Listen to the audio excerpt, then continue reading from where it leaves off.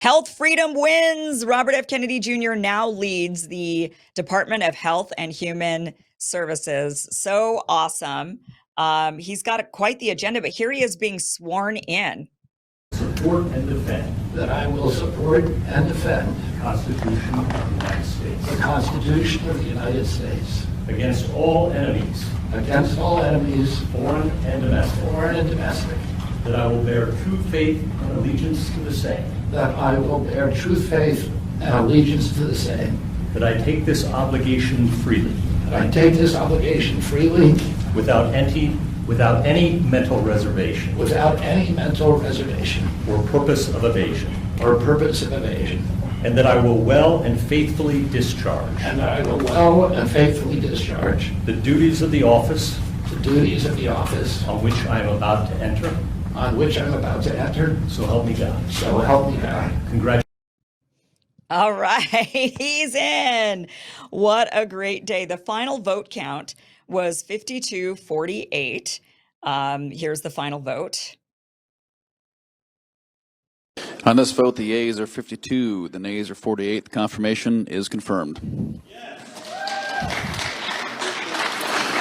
Just number 4? Yeah. Senator Rand Paul was the last one to cast the vote. It was looking good. I mean, once it got to 50, I think for a while there, it took them an hour to get this vote done. An hour from the time that they started voting, a solid hour to get these votes to trickle on in. I don't know if they've got a time limit on these votes or what the deal is, but it was painful just sitting there watching these votes trickle in. And then when it finally got to the point where, we were getting into the 40s, and then finally we got to 50 votes, it was like 50 to 46 or something along those lines for a while there. And we just needed one more vote to come in, one more vote, and then it would be official. And the problem is that if he didn't get that 50, now people would say, well, he got to 50, so then you would just have J.D. Vance, and J.D. Vance would come in and be the tiebreaker. Yeah, except there's one little rule, and that rule is J.D. Vance has to come in person. And guess what? J.D. Vance has been out of the country. At least I think he's out of the country now. So if that's the case, he needed to be on the floor in order to break that tiebreaker. Maybe he would have been able to fly in and do it if it had gotten to that point. But then Rick Scott from Florida came in, cast the 51st vote. Everybody sighed a breath of relief. Robert F. Kennedy Jr. at that point had secured the nomination. And then Senator Rand Paul was the final vote and put him over again at 52-48. There was one Republican only who did not vote for Robert F. Kennedy Jr., and that was Mitch McConnell. Mitch McConnell, who I don't even think he knows where he is. This is elder abuse. He should be resigning, but they're still using him and propping him up to do their establishment bidding. But there was a long debate prior to the vote happening. The vote itself took a long time, but even longer was the debate. And really, it was just senators getting up there and sharing their grievances, their gripes. Here's Chuck Schumer actually saying that Robert F. Kennedy Jr. is not qualified to lead the Department of Health and Human Services because he doesn't have a big pharma background. You can't make this up. Watch this. Previous HHS secretaries have had a pharmaceutical industry background, have been a state health commissioner, have run health systems, have been governors. Somebody who has had a background in actually administering the programs that HHS administers. I ask my colleagues, which of these qualifications does RFK possess? You know the answer, none of them. And that's a good thing, Chuck Schumer, not a bad thing that he doesn't have a big pharma background, nor does he plan on going and working for big pharma when this job is over. They don't want him. They don't want to give him any money. That is a good thing. We are riddled in drugs and meds, and it's been terrible for the health of Americans. Here's Senator Tammy Duckworth. Well, listen to what she has to. She gets upset about, oh no, Robert F. Kennedy Jr. coming in is going to rip Medicaid away from people. Watch this. Now Americans are going to be the ones to suffer because now with Kennedy's confirmation, even programs as popular, effective, and vital as Medicaid will be in even greater danger. Republicans told us in Project 2025 that they would come for Medicaid. And this is the rare case when the GOP has actually kept its word, putting at risk roughly 80 million Americans who rely on Medicaid.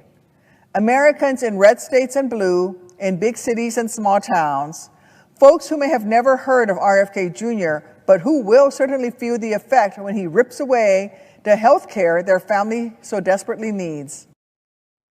What is she even talking about? Robert F. Kennedy Jr. was a Democrat yesterday. He's not even a Republican. And she's like, Republicans promised they were going to rip Medicaid away from people. And now that we have a Democrat in the Republican administration, this Democrat, this is the one guy. I mean, everybody else, anybody else that Trump would have picked would have absolutely been a Republican. You now have a Democrat who's now in charge of the Department of Health and Human Services, and you're freaking out saying, these Republicans claim they're going to get rid of Medicare, and the way they're going to do it is with the Democrat, because I mean, Tammy Duckworth, come on, you're not that dumb, right?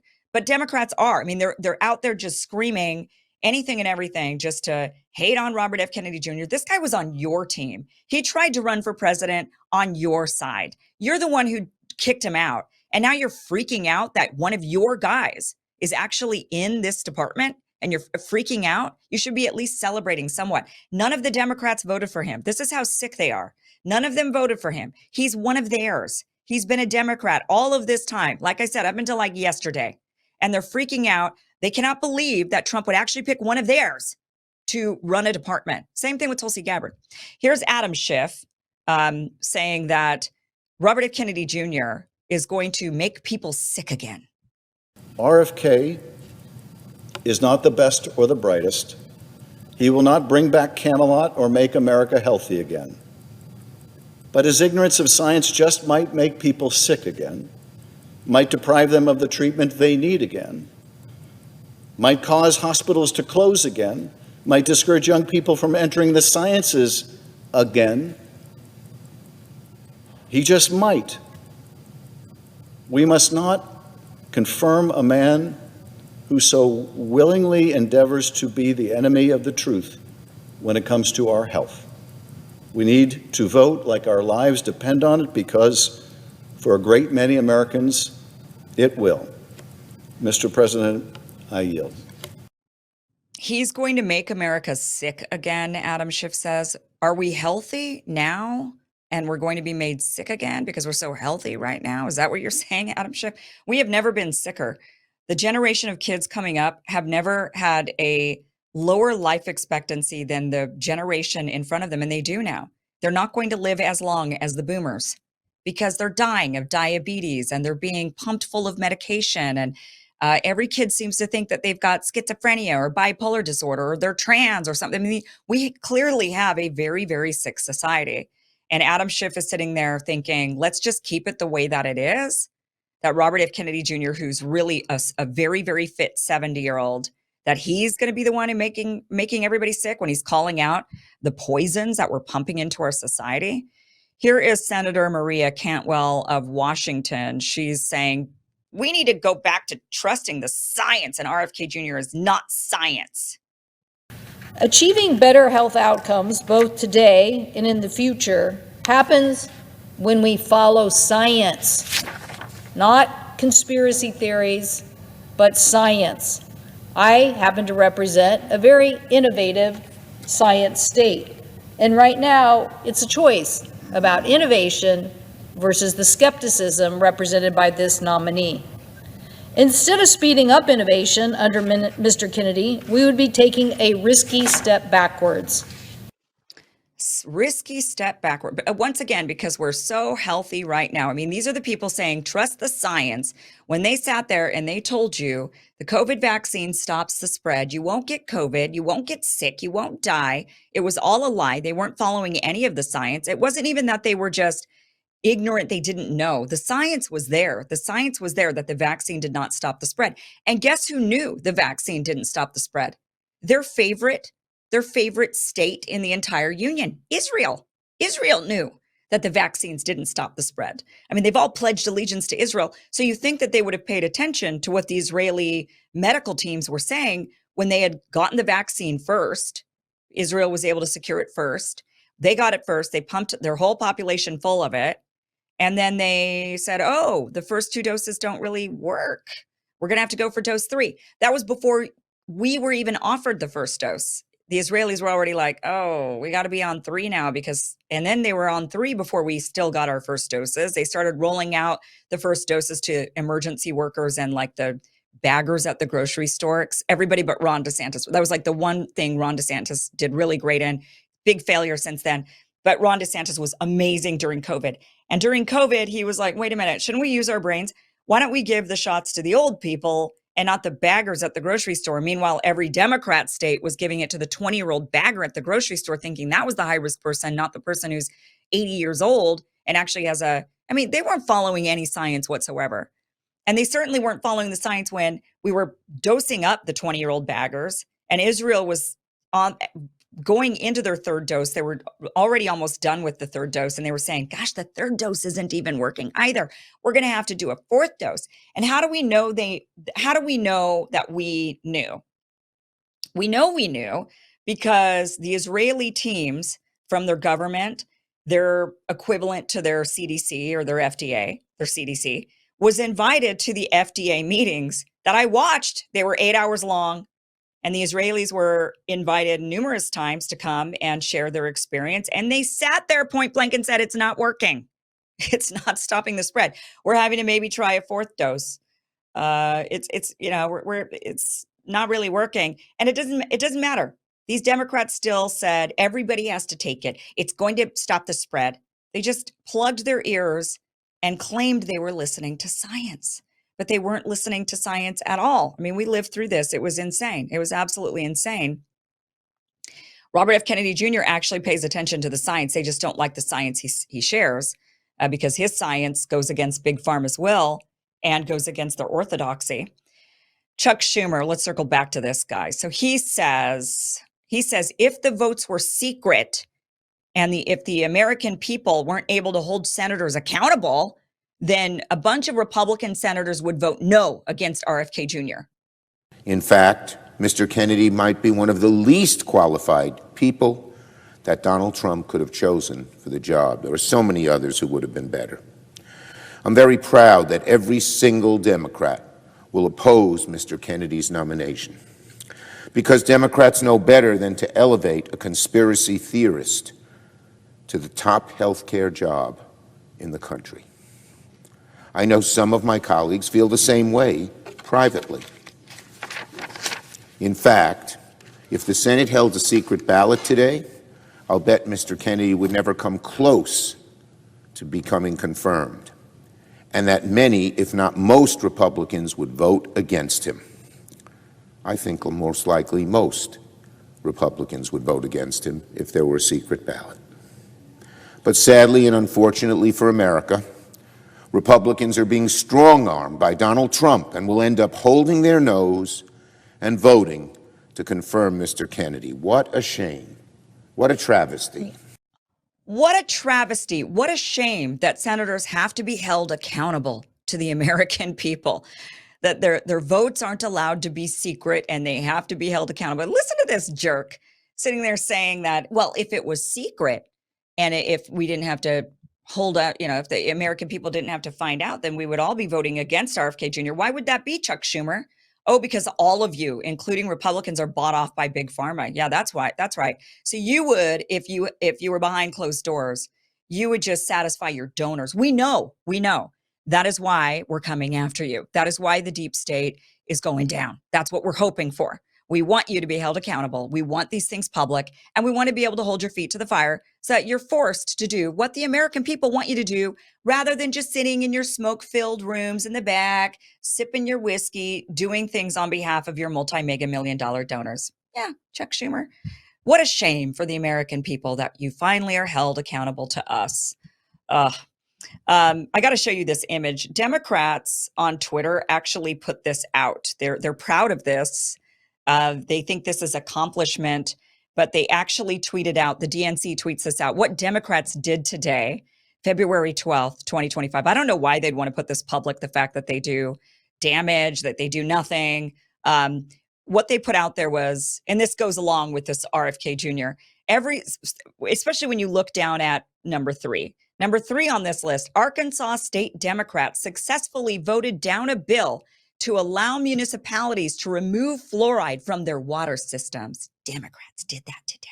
We banned municipalities from banning fluoride, which the science has now shown causes infants to have low IQs because their moms drink the water that is poisoned with fluoride when they're developing in mama's womb. And we banned that. Those babies will be dumb. Make America dumb again. That's what Democrats did today. And they're proud of it. They actually tweeted it out like it was something of a win. Why are we fluoridating the water at all? Because we're trying to prevent cavities. It's not even something that's in the water because you're trying to prevent kids from having certain abnormality or problems like serious medical issues. It's just to prevent cavities. How about you just brush your kids' teeth? Like teach them to brush their teeth, go to the dentist, don't eat so much sugar. Maybe that would be good. Tell your kids not to eat so much sugar. Oh, but you're bought off by the sugar lobby. And so of course you don't want to ban all the sugar in the cereals and in all the junk that you're pumping, the poison you're pumping into our kids, right? No, wouldn't want to do that. No, instead, let's just go ahead and dump fluoride in the water. That sounds like a plan. Force everybody into this medication. And Democrats are super happy that they voted that down. Now the Arkansas municipalities don't have a choice. Fluoridate, and that's it. They also list on this, every single Senate Democrat voted against confirming Tulsi Gabbard as Director of National Intelligence. Yay, what a win. Another one of your own. Somebody who was just a Democrat, again, up until like yesterday, somebody who was a Democrat congresswoman, served in the Democratic Party. Now you've got another one of your own in the Trump administration, and you idiots, of all idiots, are sitting there, bad. A Democrat in the Trump administration, bad. I mean, what in the world is wrong with these people? This one wasn't so bad. This was a win. Maybe they should have just left all the others off. They said Senator Ralph Warnock introduced the Capping Prescription Cost Acts to cap all out-of-pocket costs on prescription drugs. Okay. I think most Americans would like to see some caps on prescriptions. We don't want big pharma to be raping us over prescription bills. I mean, they already do. You've got cancer, you want the cure? If we had a cure, it would cost you $1 million. That's what they do. Oh, we're sorry, you've got this debilitating disease. It's going to cost you a fortune. You're going to go bankrupt. You're going to lose your house. Everything that you've worked for that you plan to pass on to your children, just forget about that. You're going to pay it to us, Big Pharma, because we're going to just totally jack up the price because we can, because you're desperate, because you'd rather live, right, than be rich. You'd rather live than pass an inheritance to your child. So you're going to have to give it all up. Yeah, we would like to see that end. So it's nice that Democrats kind of did something. I don't know the details of it. It's probably baked in with a bunch of other crap. A coalition of 191 House and Senate Democrats sent a letter demanding the removal of Elon Musk's operatives from the CFPB, so the Consumer Financial Protection Bureau. That's right. They've got Elon derangement syndrome now. They've moved on from Trump. It's now Elon derangement syndrome. And lastly, they say Democrat Ken Jenkins won a special election for Westchester County executive, soundly defeating his Trump-backed opponent. Okay, so that's what Democrats did today. That wasn't today. That was yesterday. What did they do today? Look at this. This is what they did today. They literally tweeted this out. Made Elon cry on Twitter at 4 a.m. What did I tell you? Elon derangement syndrome. What did they think Elon cried about? Elon tweeted out the previous what they did yesterday and said, I thought this was parody at first. And then they tweet this, well, we made you cry. Ugh. Yes, tears of, you should be crying, tears of humiliation, Dems. I mean, they're not learning their lesson. What this shows is now they've moved on from Trump derangement syndrome to Elon derangement syndrome, Tulsi derangement syndrome, RFK Jr. derangement syndrome, and they're not learning any of their lessons. They're not realizing why the American people have turned their backs on Democrats, voted for Donald Trump, why the American people are cheering on the fact that Donald Trump has a truly bipartisan administration, putting Democrats into key positions. Democrats that had to swear off being Democrats because Democrats were so shitty to them. And so now they're not Democrats. Tulsi's now a Republican. RFK Jr. is in it. I don't know if he actually swore off being a Democrat. I know he ran as an independent. He dropped out of the Democratic presidential primary, ran as an independent, but I don't know if he himself really, truly, he's got it in his core. You know, he says, I'm a Kennedy, I'm a Democrat, I can't help it. But I don't think so. I mean, you know, at this point, do you really want to be one of them? There's no changing them. There's no helping them. They have to hit rock bottom. You know, we're at a point with Democrats now. They have to hit rock bottom. They are addicted to some terrible drug. They have to hit rock bottom. They have to lose it all. And then maybe they'll rebuild and actually build into something more productive. What is Robert F. Kennedy Jr. going to do? That's the big question a lot of people have, is now that he is officially the Secretary of Health and Human Services, what can we expect? Some of the promises he made while he was being interrogated by the Senate is he said, we will make sure our tax dollars support healthy foods. We will scrutinize the chemical additives in our food supply. We will remove the financial conflicts of interest in our agencies. He said, we will create an honest, unbiased, science-driven HHS accountable to the president, to Congress, and to the American people. The horror. I mean, can you believe this guy? Can you believe the damage he's going to do when he makes sure that our tax dollars support healthy food? What? Chemical additives in our food supply? He's going after our chemicals in our food? How dare he? He's the devil. He's the devil. He's going to make sure that there's no financial conflicts of interest, that these people don't go and make fortunes sitting on the board of Big Pharma when they're done with the government job. I've had enough. I've had enough of this guy. Oh my God. Oh, it's just going to be tragic. Now, some people are hoping that Robert F. Kennedy Jr. gets in there and he starts, wielding the sword and starts going after all the bad guys. I don't think he's going to do that. The bad guys are dropping like flies on their own. They're resigning. They're getting out of there. And that's what we've seen today, is kind of a slew of there's been some actual resignations and some rumors of resignations. And of course, Fauci's no longer there. He got a pardon, so he can't do anything about that. I'm sure that there will be some investigations and more openness towards what really happened with certain like COVID and the lab and those types of things and the cover-ups that happened there. I'm sure we're going to see a lot of that stuff, but I got to be honest with you. I don't think that's Robert F. Kennedy Jr.'s agenda. I think he wants to go in there. He knows he has 4 years. Trump will not be president again after these 4 years. He has 4 years and 4 years only to clean up the place. And that's a big job. That's a busy job. And I think he's going to tackle it head on. And starting from day one, I think we could start to see some real great change. One person I'm really excited to hear about now that Robert F. Kennedy Jr. has made it, the next big one that I'm going to be following is Dr. Jay Bhattacharya. And he has been he's been nominated for the head of the head of NIH. So that's Fauci. Is that Fauci's? Was Fauci the head of NIH, or was he NIA? He was like NIAID, I think.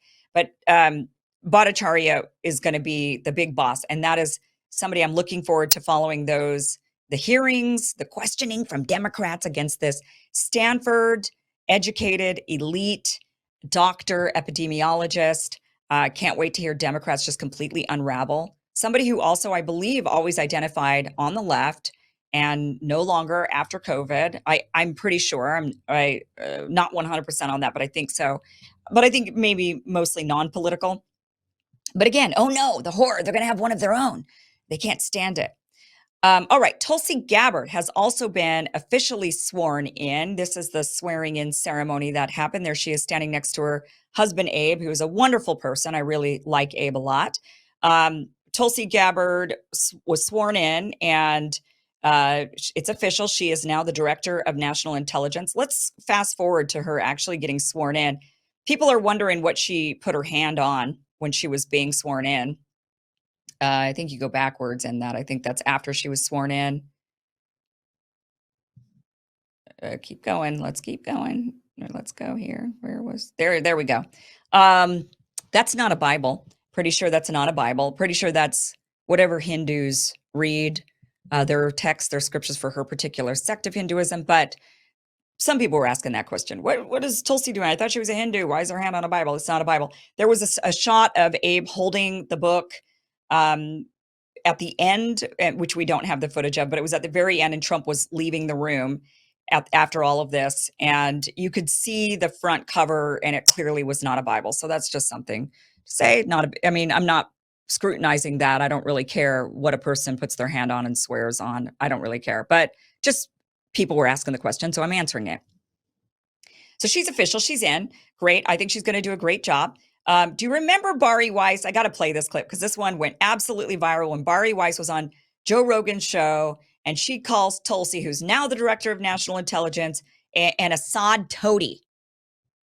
Kirsten Tulsi Gillibrand. Oh, monstrous. Monstrous? Ideas. Well, when she was 22, she had. No, she's an Assad toady. What does that mean? She is What's a toady? I think that I used that word correctly. Jamie, can you check what toady means? Like towing the line? Is that what it means? No, I think it's like a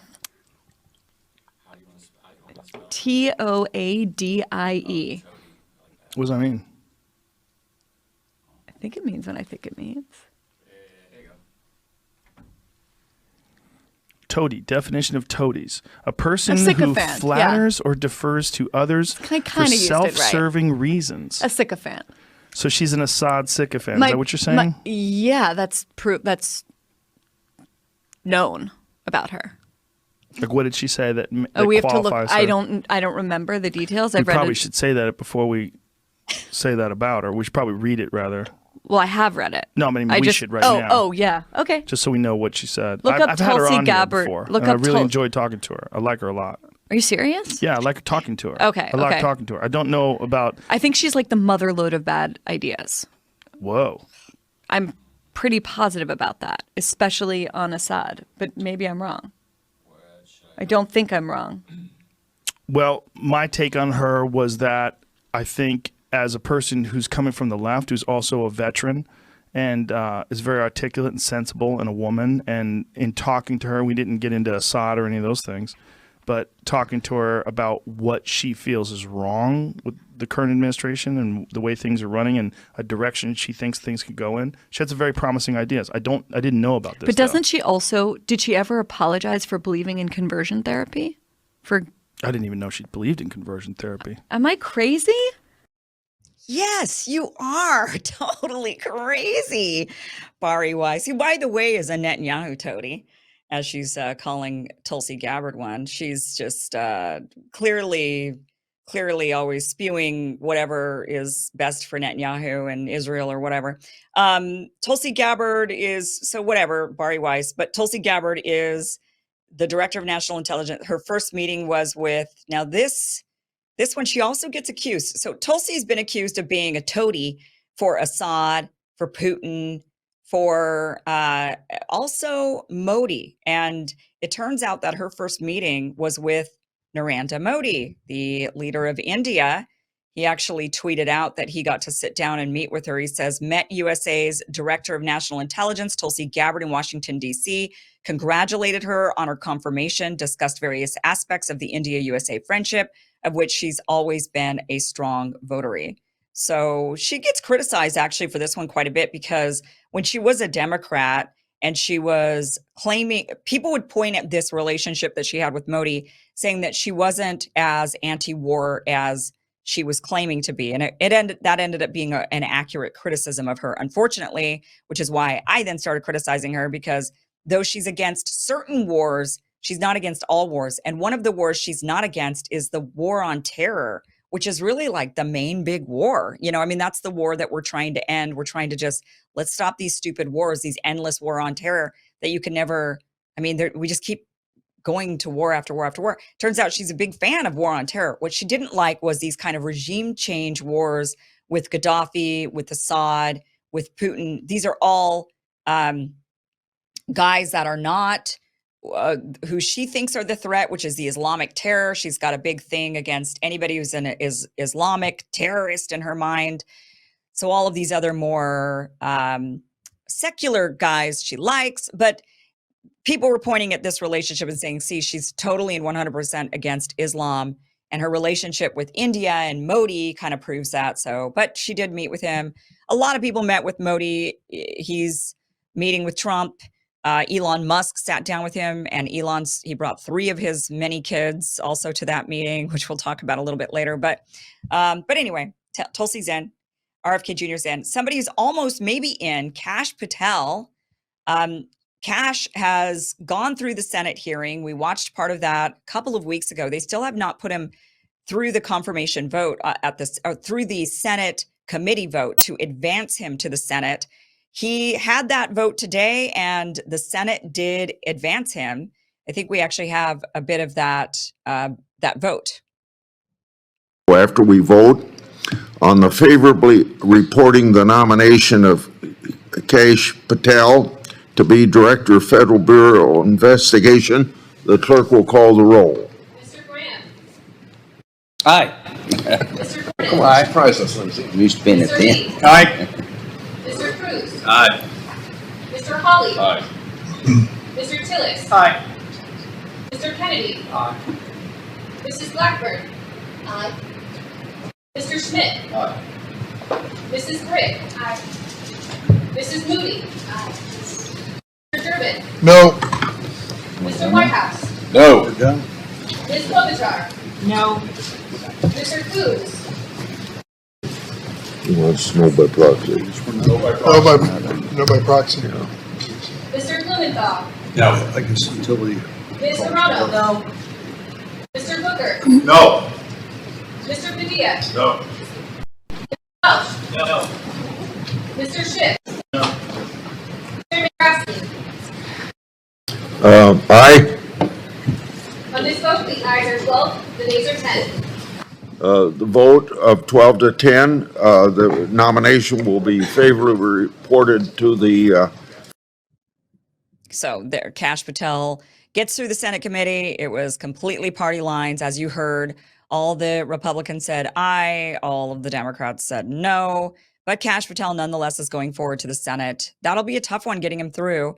But we'll see how that goes. And maybe that vote will be next week. Maybe it'll be a little bit after that, but he is advancing. Thanks for watching this clip from the full Kim Iversen show. This show in particular, we were not able to air much because it is a very controversial topic that would absolutely be censored here on YouTube. So if you want to watch the full show, which I highly recommend, go to KimIversonShow.com because I couldn't even pick much of a clip to air here on YouTube because of the censorship issues. So get the full story, get the full information, go to KimIversonShow.com. That link is down below. It'll take you right to the full interview where you can learn about all of these alternative therapies and treatments for some of the deadliest ailments on earth. Once again, KimIversonShow.com. Thanks for watching.